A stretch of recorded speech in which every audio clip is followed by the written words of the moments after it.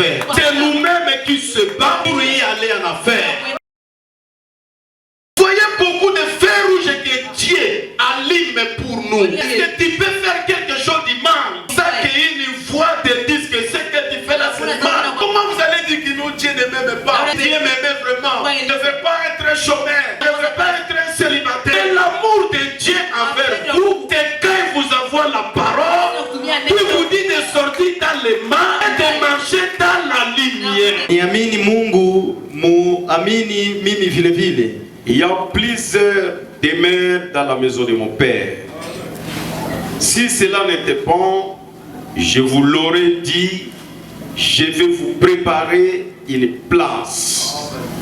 Katika nyumba ya baba yangu ni makao mengi. Kama sivyo ningaliwaambia ninyi, ninakwenda kuwatengenezea ninyi pahali.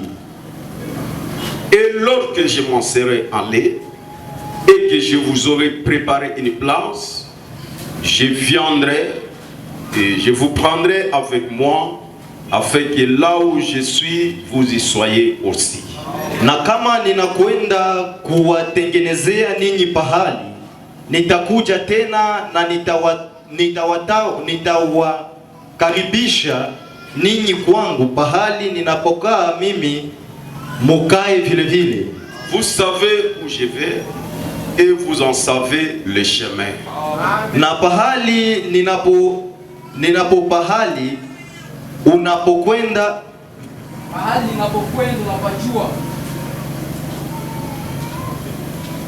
Lisons encore Matthieu 24. Tusome tena Mathayo 14. Le frère Tishike veut m'interpréter. Ndugu Tishike qui a interprété. Le ciel et la terre passeront, mbingu na nchi zitapitaka, mais mes paroles ne passeront point. Neno langu halitapitaka kamwe. Asseyez-vous. Je salue encore chacun de vous au nom de Jésus. Dieu bénisse nos visiteurs qui sont venus pour la première fois. Et nous allons vous saluer après la prédication de la parole. Et la technique est de nous arranger les sons pour nous permettre de faire passer le message de ce matin. Alors, durant la semaine, nous avions écouté la parole qui nous disait sur la force parfaite, la faiblesse parfaite et par la force parfaite. Amen, amen. Là, nous avions vu comment Paul, c'est lui qui nous disait, lui il était un grand érudit.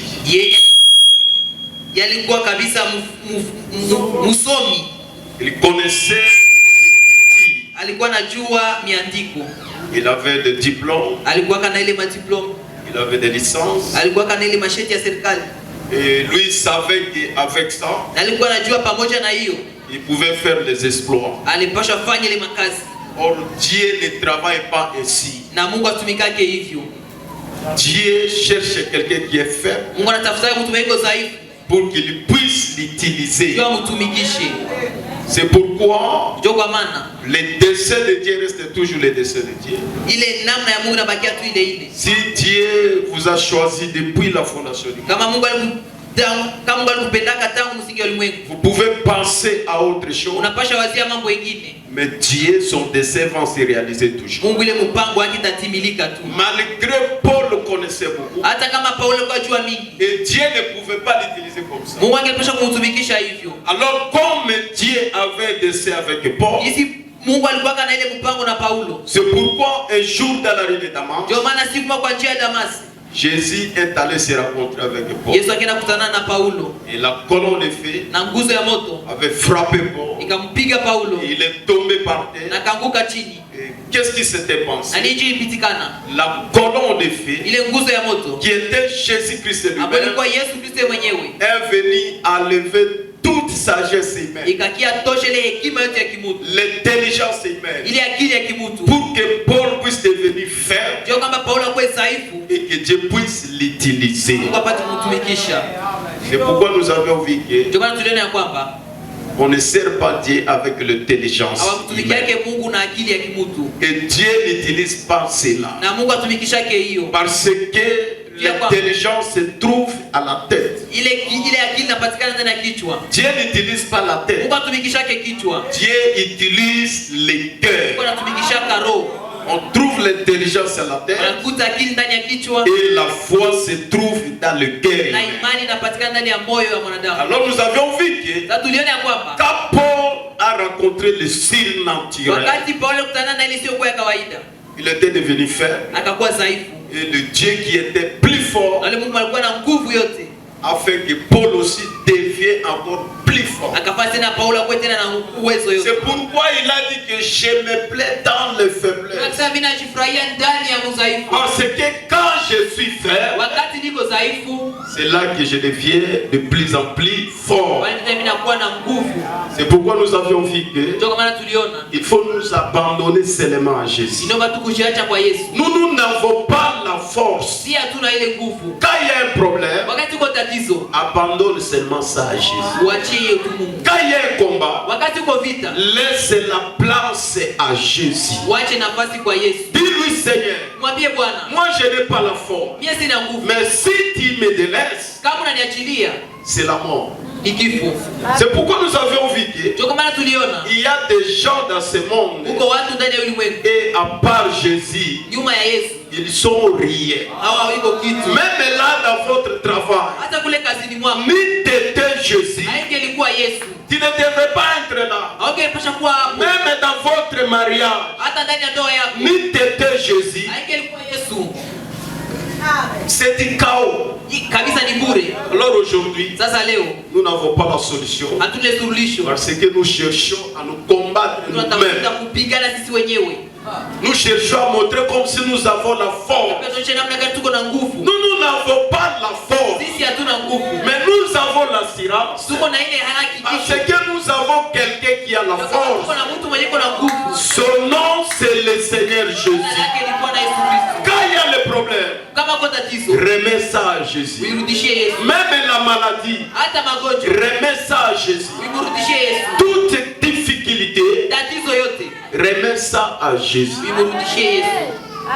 Vous avez oublié que Dieu cherche toujours les faits. Négligé. C'est cela que Dieu le cherche, même ce matin, pour qu'il fasse quelque chose. Et je pense que nous étions tellement bénis. La parole de Dieu nous avait montré, au lieu de chercher à devenir grand, devenons seulement petits. Pour que lui qui est grand puisse prendre la place dans votre vie. Et tant que toi tu te considères encore grand, lui le plus grand ne viendra pas t'utiliser.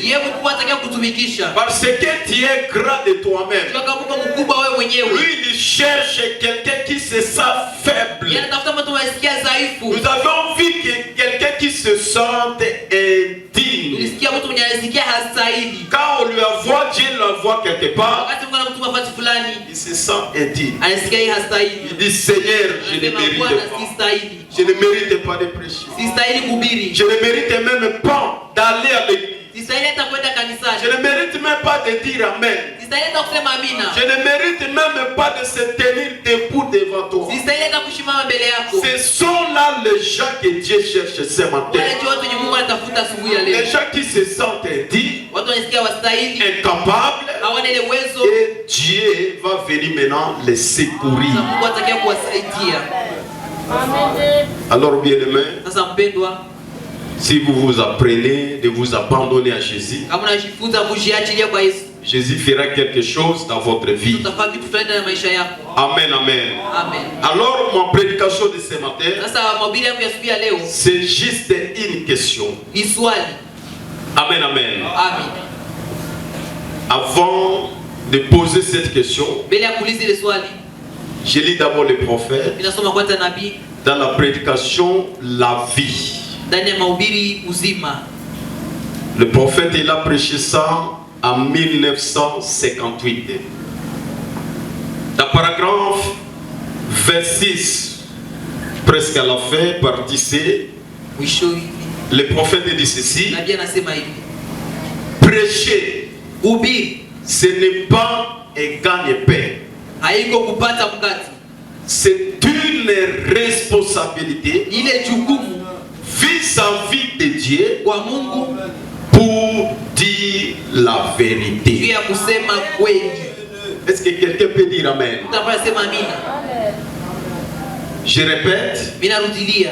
Le prophète dit ceci. Nabii anasema hivi. Je suis dans la prédication la vie. Niko ndani ya mhubiri uzima. Prêché en 1958. Paragraphe 26. Partie C. Le prophète dit prêcher. Nabii anasema kuhubiri, Ce n'est pas un gagne-pain. haiko kupata mkate. Là, je m'adresse directement aux gens qui ont les ministères. Wale meza kwa watu yuko na huduma. On ne prêche pas la parole Hahubiri yake neno pour gagner de l'argent. juu ya kupata pesa. Sinon, on pouvait travailler pour gagner de l'argent. Tungepasha tumika juu ya kupata pesa.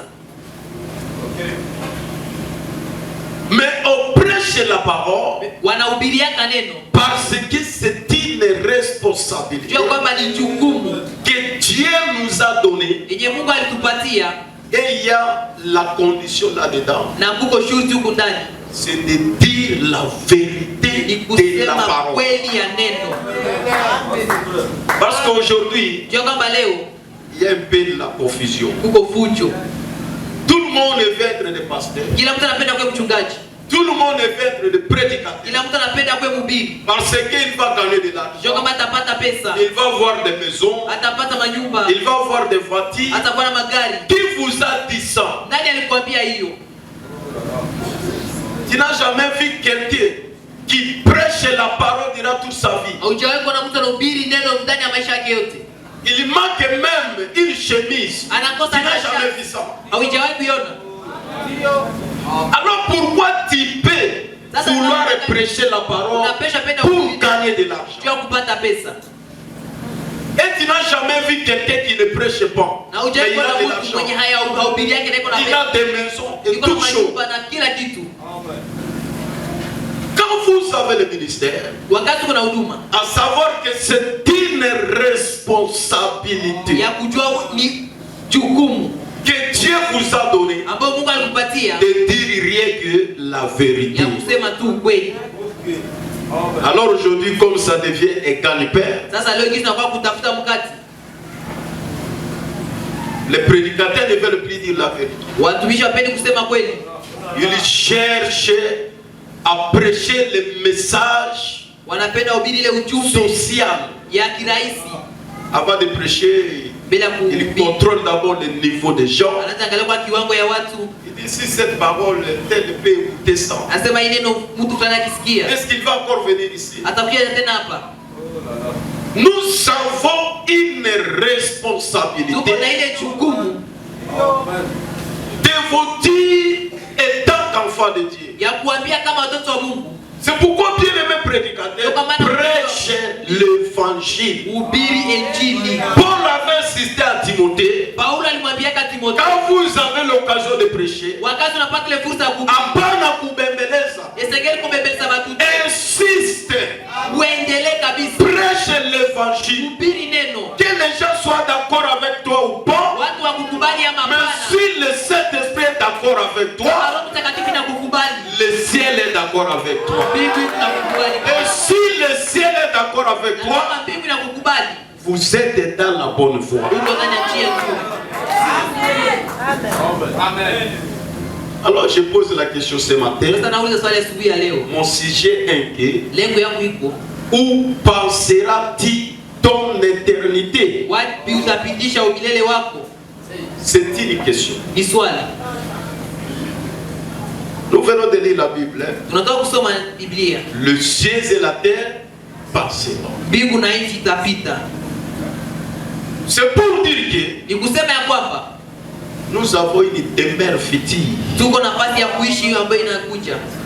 Là où chacun de nous va penser son Kwenye éternité. kila mmoja wetu atapitisha umilele wake. Mais comme nous venons ici, hata kitu kwa kuja hapa bien aimé, tu te sens bocard. mpendo kwa jisikia kabisa huko mrefu. La sœur, nous parlons même pas. Dada tusiseme hata. Mais à savoir Lakini omba kujua qu'un jour, siku moja tout ça c'est que nous voyons, ile yote ambayo tunaona ça va rester. itabaki.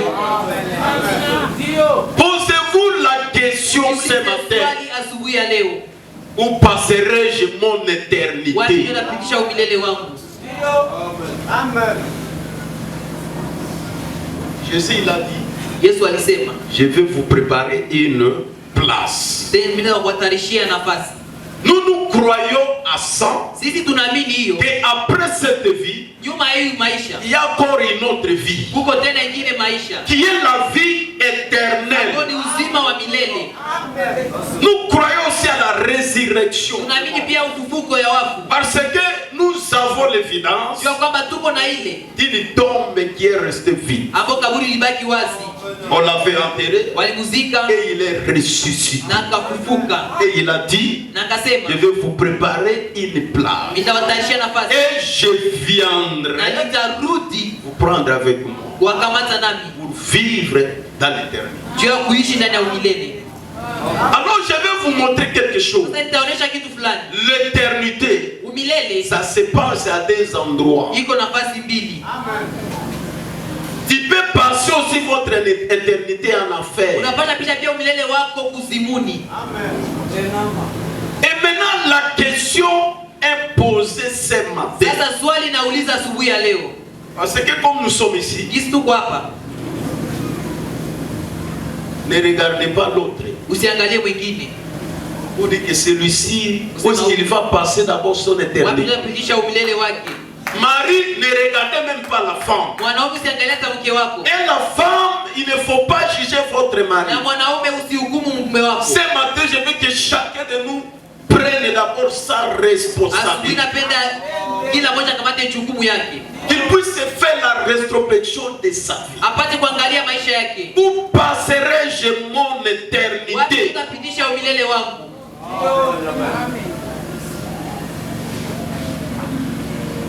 Je lis d'abord le prophète. Tunasoma kwanza nabii. Dans la prédication, que pensez-vous de Christ? Nini mnamwazia Kristo? Il a prêché en 1954. Dans paragraphe 15 partie B, le prophète dit ceci: Nabii anasema hivi. Dieu va vous juger Mungu atakuhukumu à partir de votre attitude envers Jésus-Christ. kupitia ile hali yako kwa Yesu Kristo. Je suis dans paragraphe 15, Ndio kurasa partie B. Dieu va vous juger Mungu atakuhukumu à partir de votre attitude envers Christ. kupitia hali yako kwa Kristo. Ça dépend de votre attitude. Inalingana tu na hali yako. Même comme vous êtes là, Hata kisu uko pale, vous-même vous savez votre attitude. wewe mwenyewe unajua hali yako. Soit de vous aimer le monde de plus que la parole, Sasa zingine unapenda ulimwengu kushinda neno, soit de vous aimer la parole de plus que le monde. au unapenda neno kushinda ulimwengu. Et votre attitude même de ce matin Na hali yako ya asubuhi ya leo montre votre destinée éternelle. inaonesha makao yako ya umilele. Là, chacun de nous, dans nos cœurs, Kila mmoja wetu ndani ya mioyo zetu il y a une voix qui dit: kuko sauti ya Mungu asema, si l'enlèvement pourrait passer maintenant, kama kunyakulivu ingepasha pitikana où passerai-je mon éternité? wapi ndio ningepitia umilele wangu? C'est pourquoi frère Branham me dit: Ndio maana ndugu Ibrahim anasema les ivrognes sont bien, wale walevi yuko vizuri, les prostituées sont très bien. wale wakaba yuko huru kabisa. Et il sait qu'ils ont tout droit en affaire. Ndaka jenama. Mais nous les chrétiens, Lakini sisi wa Kristo nous venons à l'église, tunakia kanisani, nous chantons, tunaimba, nous prêchons, tunahubiri, nous donnons l'offrande, tunapana nous sadaka, payons la dîme. tunalipa moja. Où passeront-ils ton éternité malgré tout cela? Hata kama ile yote. Votre attitude envers Christ, Hali yako kwa Kristo c'est par ça que Jésus, Dieu, vous jugera. ni hapo ndio Yesu atakuhukumu. Mais vous voyez, Upendo no. à ceux qui allient pour venir à l'église, Lakini busiku jokia kanisani c'est terrible. ni gumu kabisa. Mais à savoir que Ya kujua kwamba un jour, siku moja tout cela va rester. Ile yote itabaki. Et si nous venons de lire la Bible, si on pouvait descendre, la Bible dit le dernier jour, ni les anges ne connaissent. Pour moi, peut-être c'est demain ou le soir. Pour vous, peut-être aujourd'hui ou après-demain. Alors, après cette vie, où passera-t-il ton éternité? Le prophète dit, l'affaire n'a pas été faite pour les chrétiens. L'affaire a été faite pour les incroyants.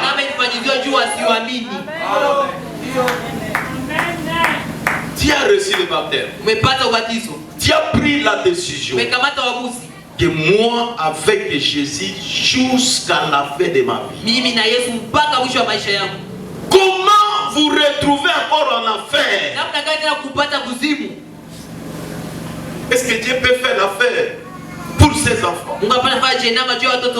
Ici, le prophète nous montre clairement l'affaire n'a pas été faite pour les chrétiens, mais plutôt pour les incroyants.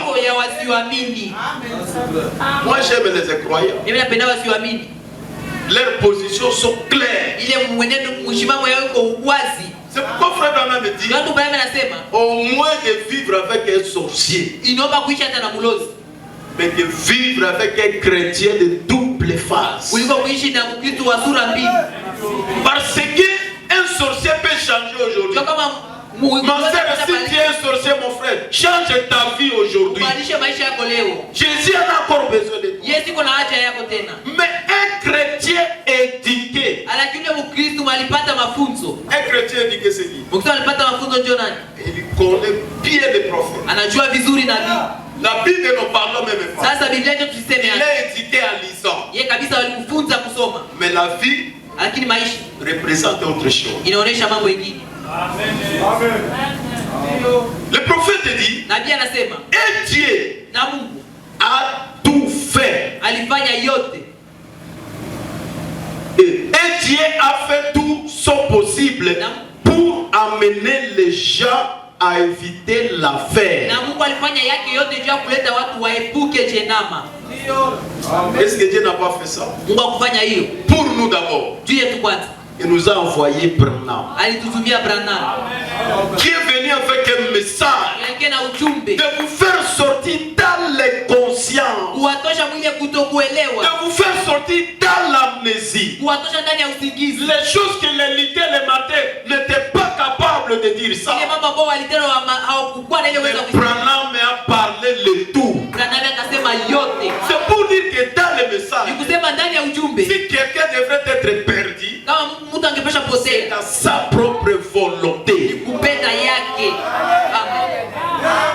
Perdre dans le message. Oh, c'est le diable qui m'a trompé. Le dernier jour, le diable aura beaucoup à dire. Avec la parole qui Branham est venu avec ça. Et quelqu'un partir encore en affaire. Peut-être vous étiez toujours en affaire dès le commencement. La question est posée ce matin.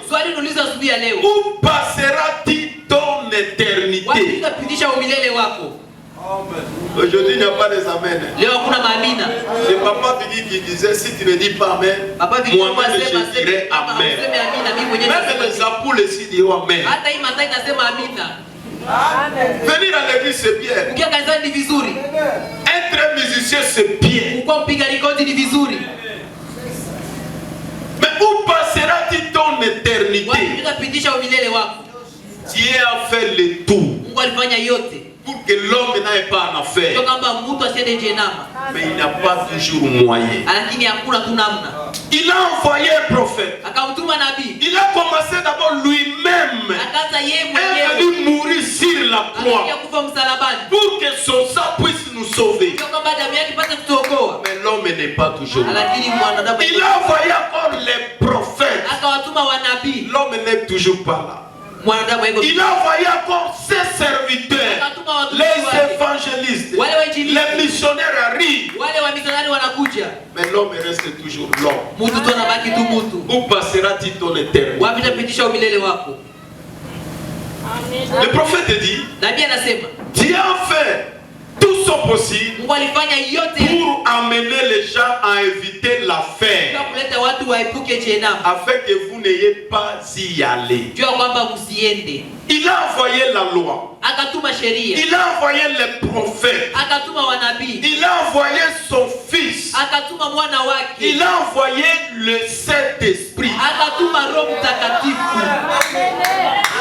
Bien-aimé, avant de faire le mal, le Saint-Esprit vous avertit. Dieu a envoyé le Saint-Esprit pour nous aider.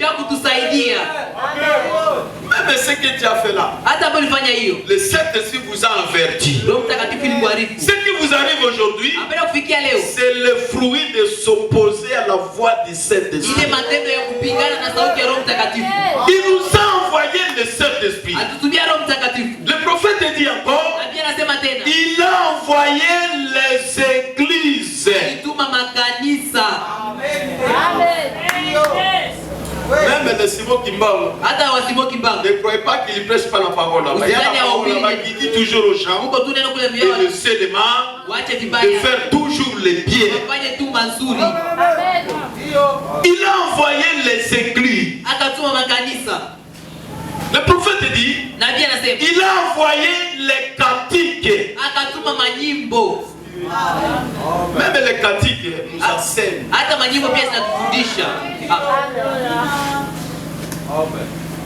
Dieu bénisse nos enfants.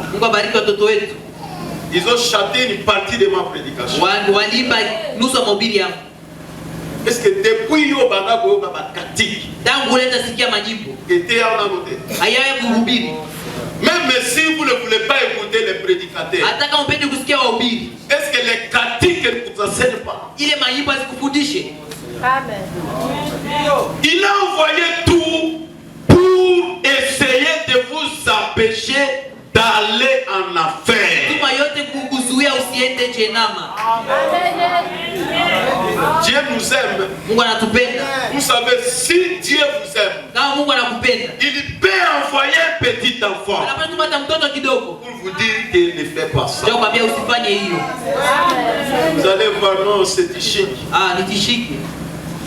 Cet enfant-là, il n'a pas de respect. Il est venu jusqu'à moi.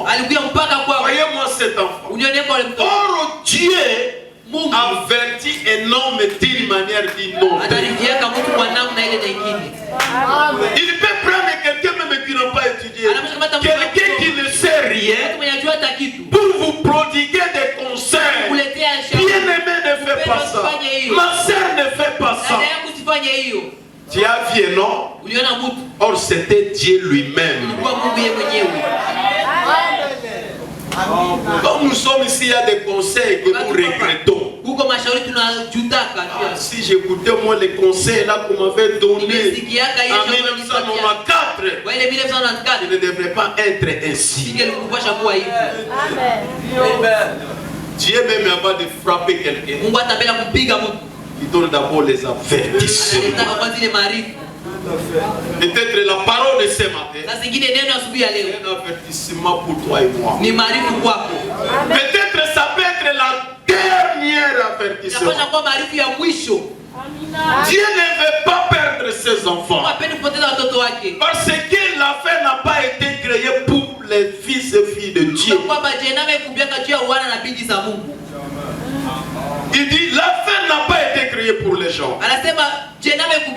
L'affaire a été créée pour le diable et ses anges.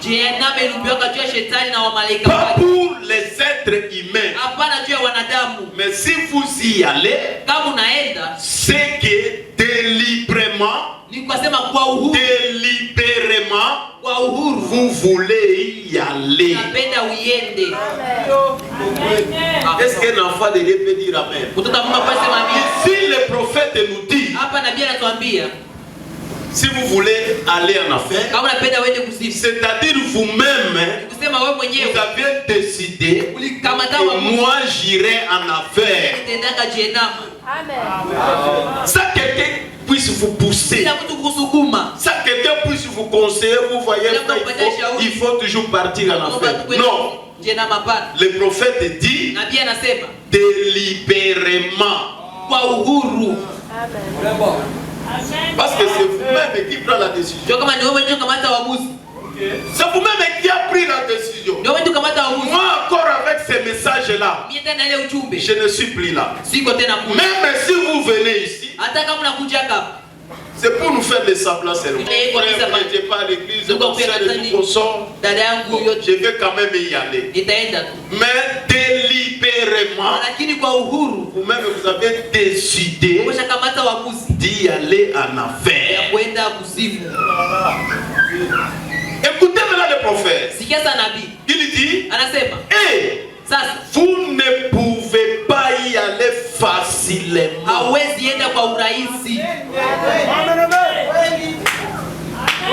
Là, c'était côté.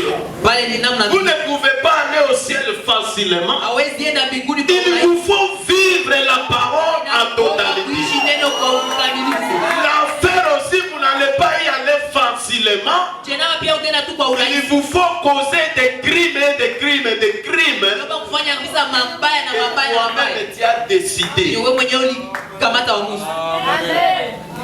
Vous ne parlez pas en affaire facilement. Il faut la décision. Il dit moi, je veux faire ceci. Moi je vais haïr ce frère-là.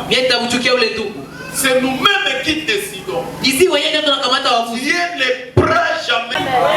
Frère, au moins il niveau y a le et c'est cette expérience personnelle. C'est l'expérience du diable. La commission professionnelle. Bien dire alors pour la sœur.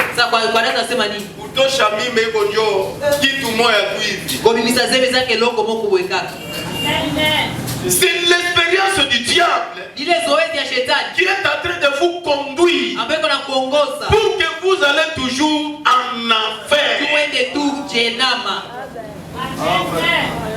Il dit, vous ne pouvez pas y aller facilement. Vous devez vous battre sur votre chemin vers là. Pour aller au ciel. Oh, nous devions nous battre. Pour aller en affaire plutôt. Oh, nous devions nous battre pour aller au ciel. Bien aimé, si tu dépendais comme tu te bats pour les choses de ce corps, si tu faisais comme ça à cause de la parole, tu devrais être prêt pour l'enlèvement. C'est vous-même que vous vous battez pour aller en enfer. C'est chacun de nous qui prend la décision. Quand les choses ne marchent pas, revenez d'abord en arrière. Est-ce que ce n'est pas moi-même qui a pris cette décision? Oh, mon travail ne marche pas. Vous-même, vous avez pris la décision. Je ne paierai plus la dîme.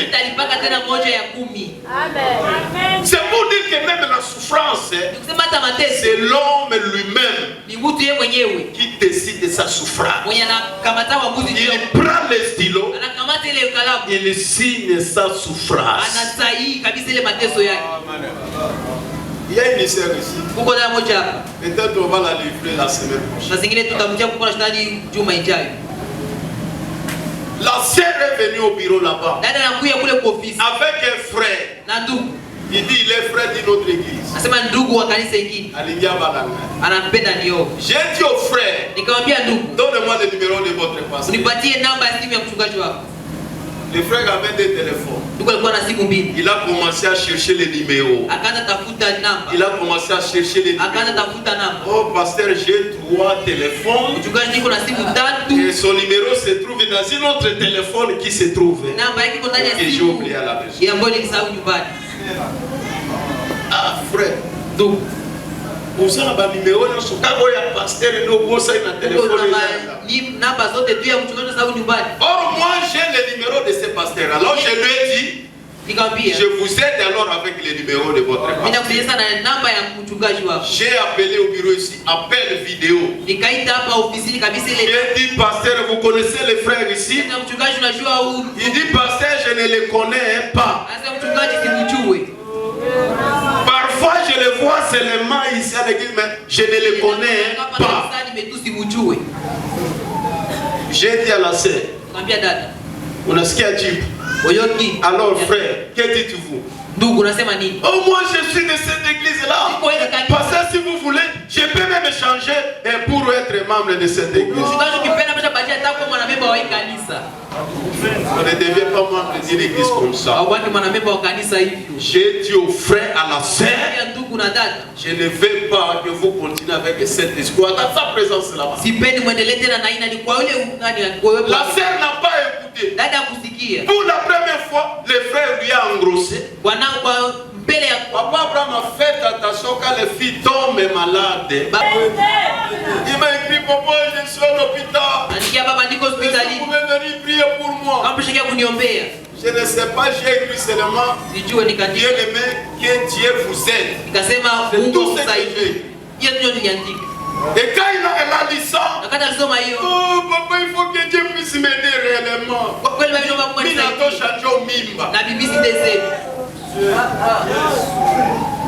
Moi je suis un papa. Si j'arrive au niveau de décider de faire quelque chose, j'ai déjà patienté par des prières aussi, mais ça ne tient toujours pas. Mais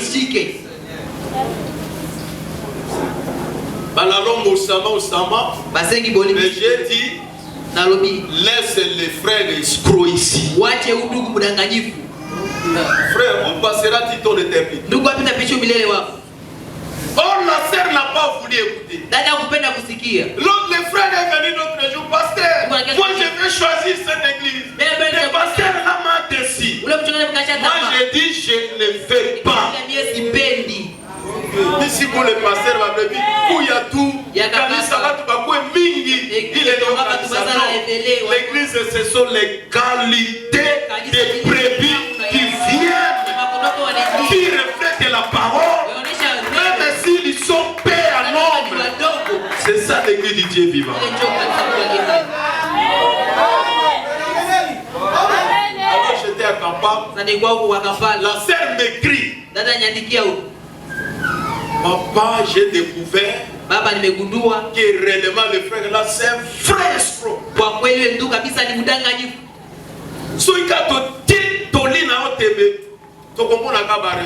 Oh le frère c'est un vrai escroc. Aide-moi vraiment à me séparer avec ce frère là. Son prière va m'aider. Je n'ai pas répondu. $10 ici, je vais mettre les carburants là-bas. Je n'ai rien dit à Maman Sarah. Mais j'ai compris qu'il y a déjà une manœuvre là-dedans. Avant-hier, elle m'a écrit. Papa, je suis à l'hôpital. J'ai répondu que Dieu vous aide. Oh papa, tu m'aides vraiment. Je suis encore enceinte de ces garçons-là.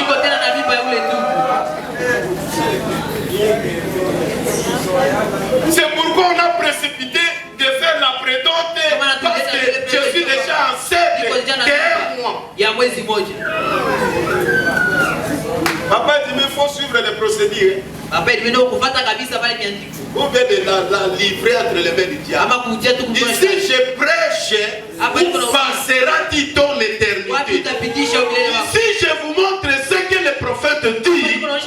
C'est nous-mêmes qui se bat pour aller en affaire. Pasteur non a bien appel vidéo.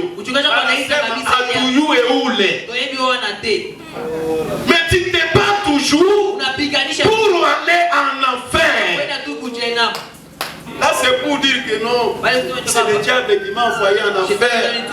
Non, c'est nous-mêmes qui doit choisir notre destinée éternelle. Se repose en nous-mêmes. Il dit, et vous ne pouvez pas y aller facilement. Vous devez vous débattre sur votre chemin vers là. Savez-vous cela? Vous ne pouvez pas y aller facilement en affaires. Vous devez vous battre sur votre chemin. Alors, si nous faisons la rétrospection, voyez comment est-ce que nous-mêmes nous empoisonnons. C'est pourquoi frère Branham disait toujours que l'ennemi de Branham, ce n'est pas la famille de Branham, ce n'est pas même l'église, non, c'est nous-mêmes qui est notre propre premier ennemi.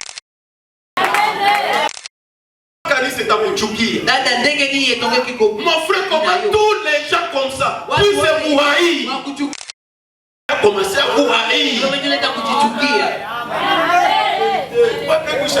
Si tu fais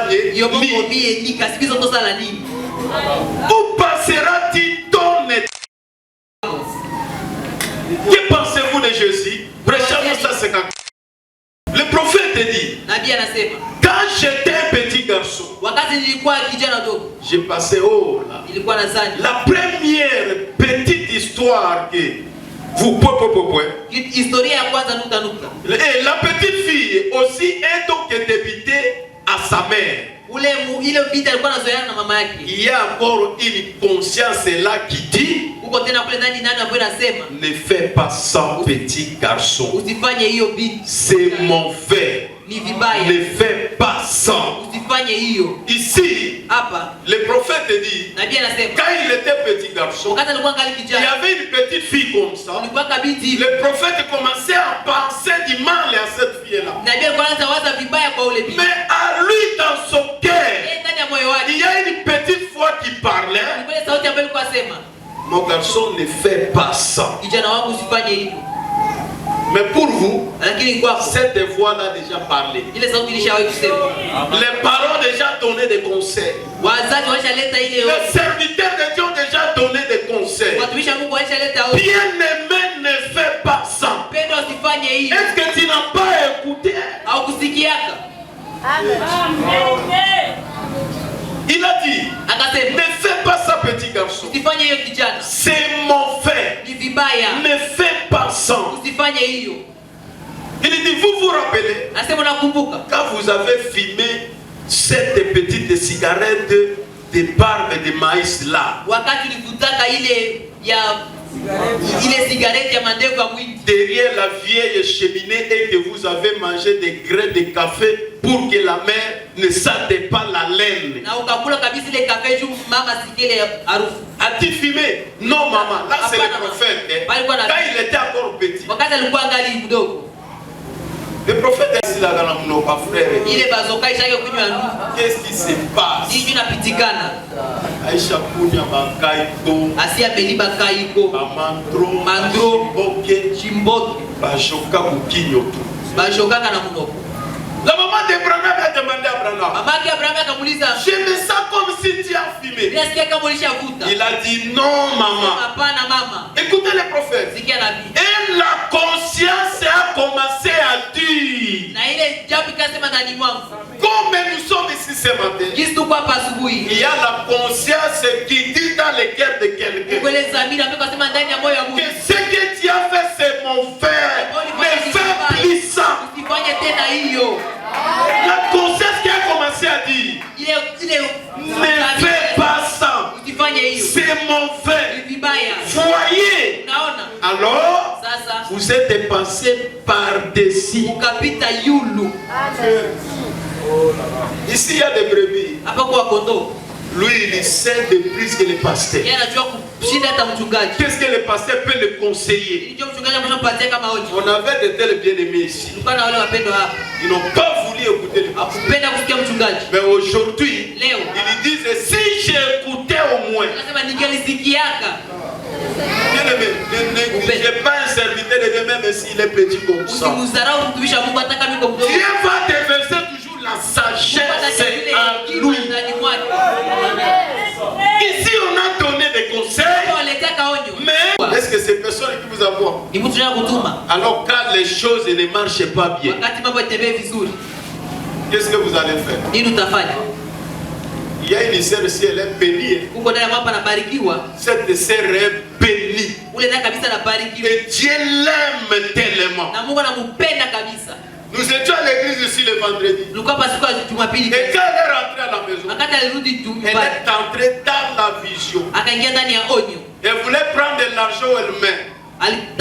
Mais quand elle est allée là-bas, elle a trouvé les paniers d'offrandes que nous faisons passer ici. Dans sa maison, avec l'offrande dedans. Elle a commencé à parler. Moi, j'étais sorti à l'église. Est-ce que j'ai oublié? J'ai transporté les paniers d'offrandes et venir avec ça à la maison?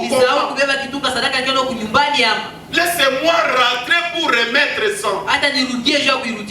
Et elle est venue remettre ça à l'église. Je pense que les églises ont compris. C'est très profond. Dieu est entré dans votre maison.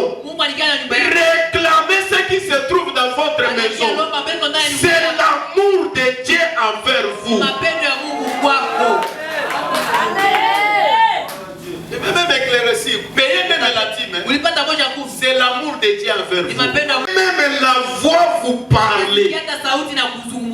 Et vous passez toujours. Où est le frère Damien? Levez-vous, Damien. Vous voyez le frère? Il est taximène. Il commençait à penser. Là, il y avait encore de la seconde. Celui qui peut avoir $80, donne-nous. Achète-nous et la seconde, nous allons remettre ça là-bas. Le frère était sur la moto. Il a écouté la parole. Il n'a pas supporté de passer. Il est rentré, il est entré. Et aujourd'hui, il a déjà reçu le baptême. Combien de fois vous passez tout près des églises? Peut-être vous êtes voisin d'une église. Même dans les discothèques, vous n'écoutez pas les cantiques.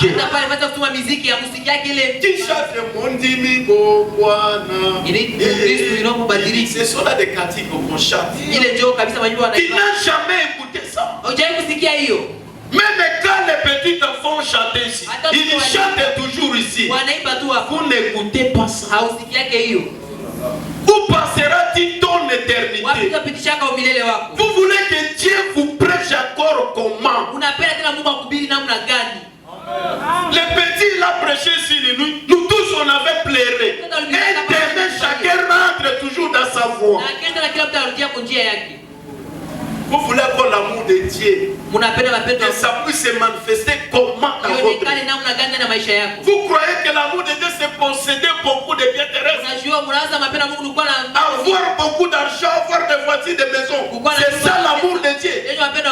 L'amour de Dieu, quand Dieu vous parle, quand Dieu vous reproche, quand Dieu vous renvoie dans le droit chemin, c'est ça l'amour de Dieu.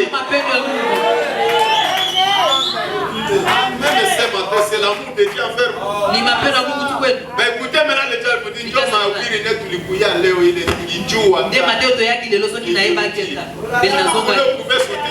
mais Dieu a déjà écouté. L'éternel jour, cette prédication vous rattrapera. Parce que c'est une responsabilité que je devrais seulement vous dire la vérité. Si vous ne voulez pas la vérité, dans ce bien, Dieu suscitera quelqu'un qui va écouter la vérité, qui va soutenir la vérité, qui va vivre la vérité.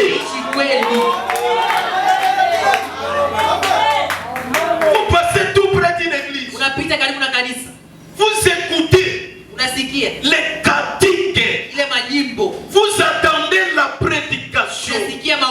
Chaque lumière rouge que Dieu a fait briller devant vous. Vous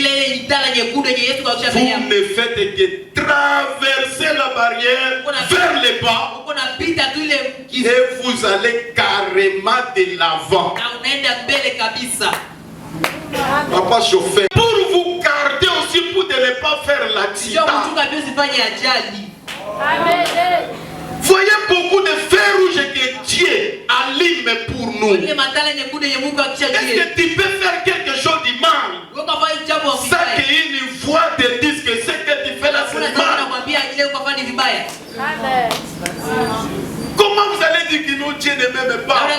Si Dieu m'aimait vraiment, je ne veux pas être chômeur, je ne veux pas être un célibataire. Mais l'amour de Dieu envers vous, c'est quand vous avez la parole, puis vous dit de sortir dans les mains et de marcher dans la lumière. Frère, ça vient combien de fois? Car ce total est dans votre famille. C'est vous que Dieu vous a aimé. Parce que c'est vous qui avez créé ce message. Croyez à ce message. Comprenez que Branham c'est un prophète. Je suis mutakatif. Moi aussi je suis sauvé par la grâce. Mais je vous dis la vérité. Dieu n'envoie personne en affaire. C'est nous-mêmes qui se battons pour y aller en affaire.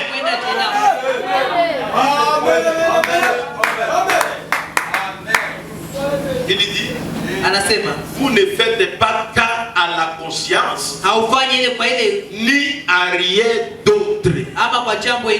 Alors, Dieu a-t-il envoyé quelqu'un en affaire? Le prophète pose la question. Alors, Dieu a-t-il envoyé quelqu'un en affaire? Le prophète dit, non, c'est vous-même qui vous y êtes envoyé.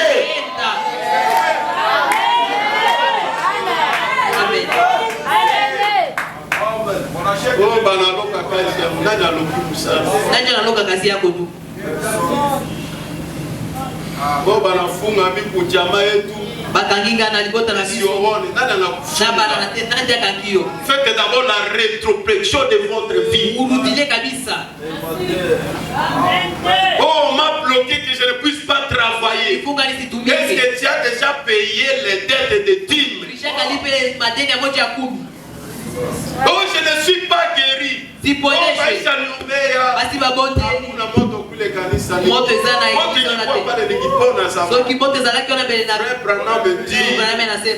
écoutez-moi très bien.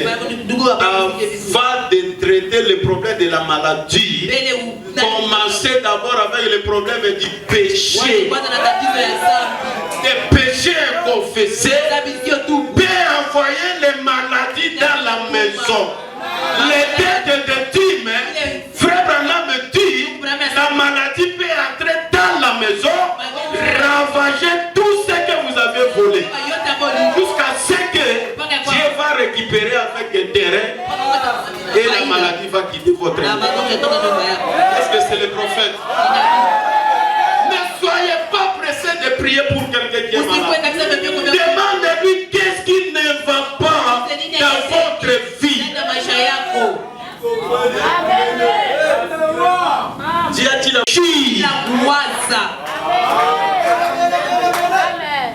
le pasteur William nous a dit ici de réfléchir. C'est ma frère aussi de réfléchir. Mon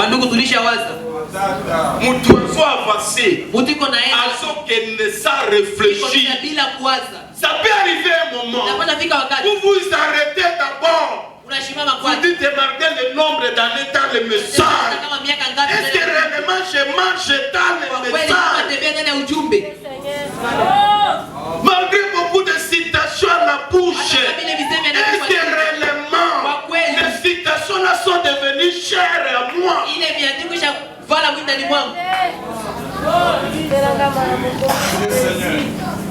Réfléchissons. N'avancez pas sans réfléchir. Bien-aimé qui a le ministère, n'avancez pas sans réfléchir. Musicien, n'avancez pas avec votre don, sans réfléchir.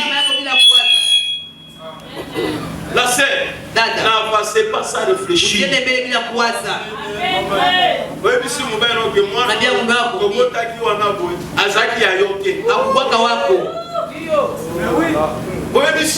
Unamwambia kwako nilishakuiba pesa mingi, iko yangu mie nataka iko najengewa kule.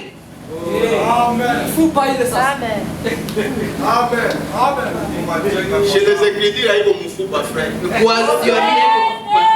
Si nous faisons vraiment les calculs, il y a même un immeuble que tu as déjà construit avec l'argent de Dieu.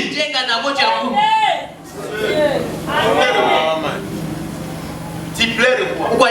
Frère, oui, chaque fois la francs à Yatime, pas sinon la quoi qui le prophète dit, vous continuez à avancer sans réfléchir. Je vous dis ce matin, n'avancez pas comme ça. Le prophète dit, vous étiez déterminé y aller. Le problème est là, frère. Il a bloqué votre vie. Vous étiez vraiment déterminé.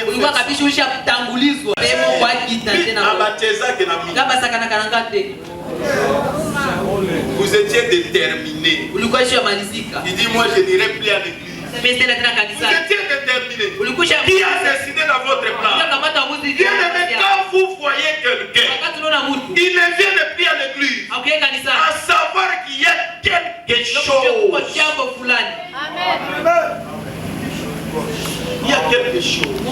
La conscience n'est pas tranquille. Mais un véritable enfant de Dieu, même s'il tombe, il dira, Seigneur, je ne vais pas rester dans de telles conditions. Parce que la Bible dit, même si vos péchés est devenu rouge, comme le fruit cramoisi, mais le sang de Jésus les rendra plus blancs que la mer. Venez à Jésus, n'avancez pas comme ça. Aujourd'hui, réfléchissez. Si tu n'as pas encore reçu Jésus dans votre vie, recevez-le aujourd'hui. Dans ma vie, réfléchissez. Pourquoi les choses ne marchent pas? Réfléchissez bien. Le prophète dit, eh bien, il y a un feu rouge suspendu ici dans la ville. Si vous brûlez ce feu rouge-là, la ville ne répondra pas de vous. Vous avez fait ça de votre propre gré. C'est vrai, ainsi donc, Dieu fait tout ce possible pour garder les gens et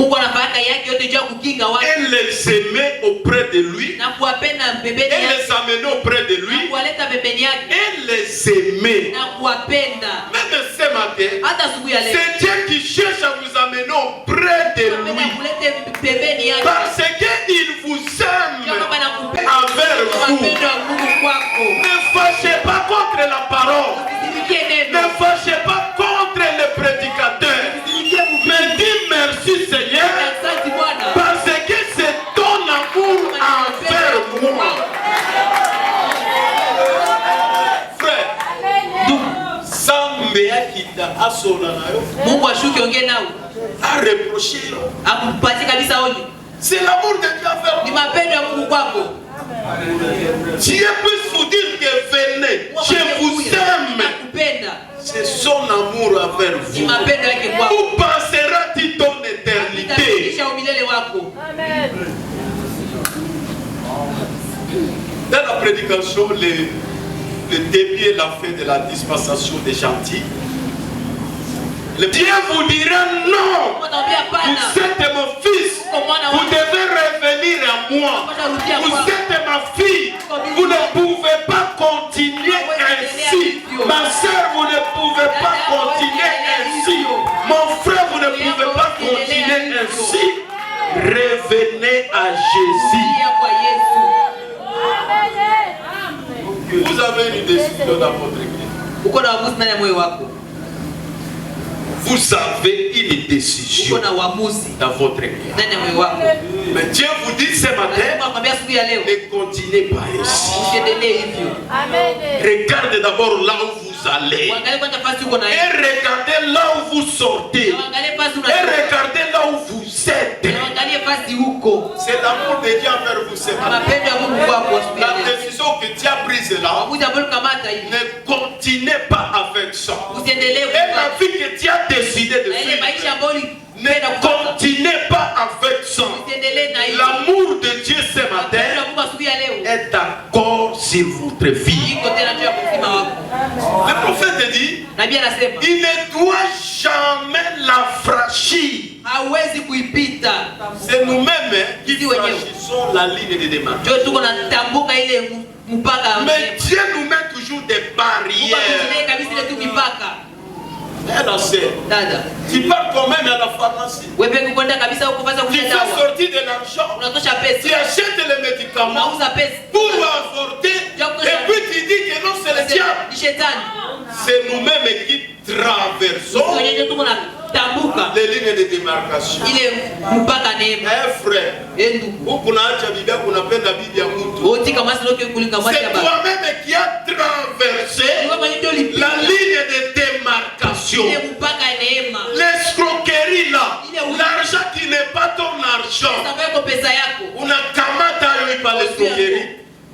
Oh, diable, c'est toi-même qui a traversé la ligne de démarcation. Même avant la mort, Dieu va vous signaler que la mort est devant vous. Si les gens là qui sont morts, s'ils pouvaient revenir, chacun pouvait expliquer qu'avant ma mort, j'ai vu la mort. C'est pour dire que Dieu nous aime à un amour inexplicable. Il dit, voyez, vous pouvez continuer pour un temps avec votre petite folie, mais vous feriez mieux de savoir où se trouve cette ligne. Mais moi je vous montre cette ligne. Ça se trouve devant vous aujourd'hui. Cette même prédication, c'est cette ligne de démarcation. Dieu ne veut pas que vous continuez toujours ainsi. Il dit, le Seigneur ne vous a-t-il jamais arrêté dans une certaine chose? Lisons d'abord Nabamu 12. Le Seigneur ne vous a-t-il pas jamais? Ça c'est l'argent de Dieu. Ça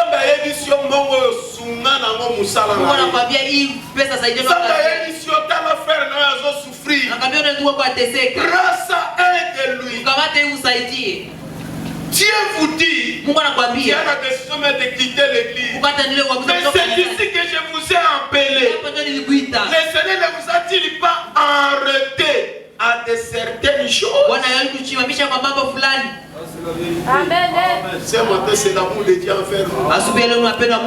C'est l'amour de Dieu envers moi. C'est l'amour de Dieu envers vous. Ici, la question est posée, mon frère, ma soeur.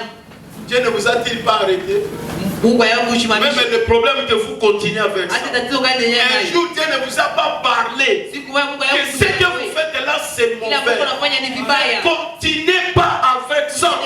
Les projets que vous avez dans votre cœur, Dieu ne vous a-t-il pas parlé un jour? Et quiconque fait, qu'il vienne. Je vais répéter ça ce matin. Je vous dis que la parole de Dieu est accompagnée avec la grâce. Quand Dieu vous condamne, c'est-à-dire il veut aussi faire quelque chose pour vous. Quand Dieu vous dit de laisser quelque chose, c'est-à-dire il a préparé aussi quelque chose pour vous. La grâce de Dieu est d'accord là. umepata. Si la parole a condamné votre cœur, Kama ni umehukumu wewe. venez pleurer à l'auteur. Ile uliye sakafu. Dis Seigneur, combien de fois Bwana mara ngapi? tu m'as dit d'arrêter, Ushaniambia niishi. mais je continue toujours. Niko naendelea. Mais ce matin, Asubuhi ya leo. la grâce est encore là. Neema iko pale. Tu as droit de me pardonner. Uko na ile haki. Tu as droit de me secourir.